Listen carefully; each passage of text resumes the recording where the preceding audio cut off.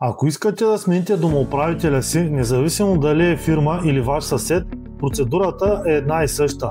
Първо трябва да съберете подписи от поне 20% от собствениците в етажната собственост. Затова се използва специална бланка, където всеки собственик вписва името си и се подписва. Когато съберете необходимите подписи, давате бланката на сегашния домоуправител. По закон той е длъжен в срок от 10 дни да свика общо събрание на входа, на което да се обсъди въпросът за смяната.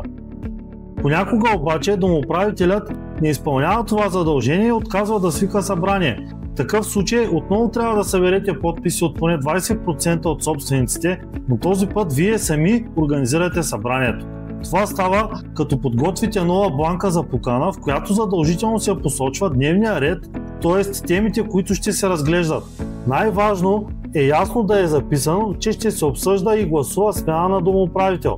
Тази покана трябва да бъде поставена на видно място във входа минимум 7 дни преди датата на събранието.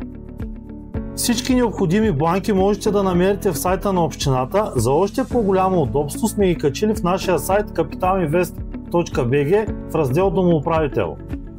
За смяна или избор на домоуправител е нужно минимум 51% от всички собственици в етажната собственост, не само от присъстващите. За повече информация свържете се с нас.